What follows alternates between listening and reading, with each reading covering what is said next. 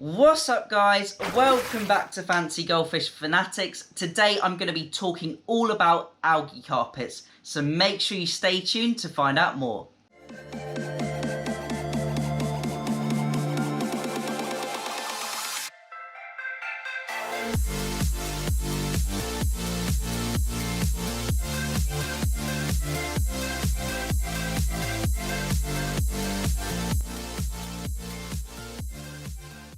Hey Fanatics family, welcome back. As always, check out those links in the description and make sure you follow us on Instagram.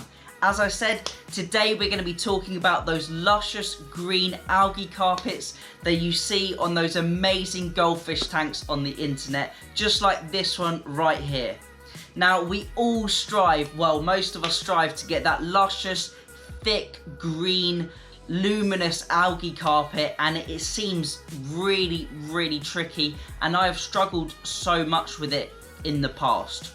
But today hopefully I'm going to give you a few tips and tricks on what to look for, how to accomplish it, and just how to really go about trying to get your algae carpet started. Now as we know, algae is super easy to grow, but when we want a specific type, it is such a nightmare, unfortunately. Now, a lot of you will probably have a brown algae on your tank and you'll constantly be having to wipe it away. Now, this is diatoms, and diatoms normally come about where there's high levels of phosphate and silicates in the water. You may notice if you add a new batch of sand to your tank or you're freshly starting up your aquarium, the first algae you get is brown diatoms. Now these look unsightly, they're not very nice, they come off really easily, they're a rusty colour, but we unfortunately don't want this kind of algae. And this will inhibit that green, luscious algae growth that we strive for. So to get that green algae, I found that you need to have really good lighting and intense lighting.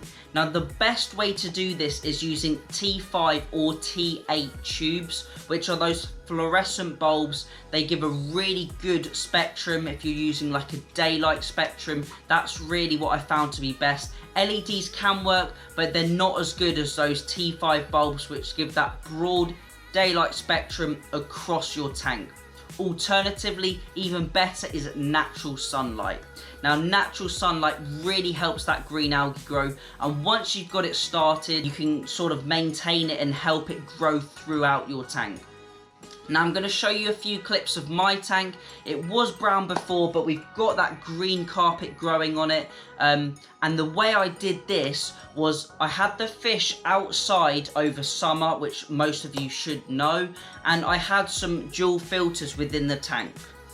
Well, the dual filters started to get this green algae growth from all that natural sunlight, and when I transported that filter into here, that green algae spread across onto the back glass, and then it went from there really. Once you've got a little bit of green algae, it's quite easy to help it spread and make it spread all over the tank, and you can wipe off those diatoms and let that green algae slowly grow. Now it does take quite a long time, and it will take quite a long time to get a really thick coat of that green algae, but it is worth it in the end.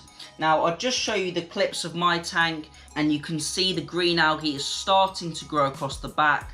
As you can see, it moves in the flow and it's got that quite luminous green effect. You can see on the sides of the tank where the filters originally were, and now that green algae is slowly starting to grow across it. The benefits of this are the fish can just graze on that algae all day, which gives them more of a natural varied diet, and it's really good for their digestive systems, and overall it looks quite nice. And as it grows and fills out that whole black back panel, hopefully it will start to fill out the bottom as well, and then we will really get that luscious growth all over. So really my tips are to get a natural sunlight or a really high wattage broad spectrum daylight T5 bulb over the tank. You want to make sure you've got low silicates and low phosphates in the water, really just doing regular water changes. You can use silicate removers to help keep those diatoms down. I believe JBL does Silicate X, it's called, that helps remove silicates from the water. and you will often find these diatoms in new setups. There's absolutely nothing wrong with diatoms, but they don't look too good. So I'd recommend that good spectrum, that daylight spectrum. That is really the main thing to get that algae growing. Alternatively, if you've got a friend or someone you know with some of that green algae and they've got it on maybe a rock, a piece of wood, or even a filter, if you can introduce that into your tank and let that algae start to spread onto the walls and then remove it, then you're good to go, and hopefully that algae will spread along, because it is really difficult to kill algae once it's started to grow, as I'm sure a lot of you will know. So that was quite a short video. I hope it's been helpful, giving you guys a bit of insight into how I think you should grow the green carpet algae. There is no real exact science to it, and whatever anyone tells you, it is really just natural sunlight, and that's it really.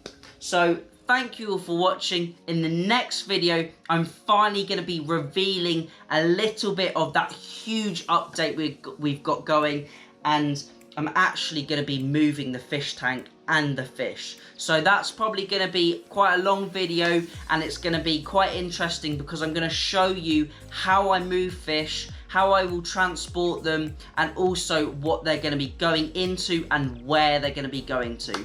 And then after that, hopefully we can reveal the rest of the big update, because I really think it's going to be a huge turning point for the channel. So thank you for watching. I hope you've enjoyed this video. Remember to keep those water changes up, and happy fish keeping.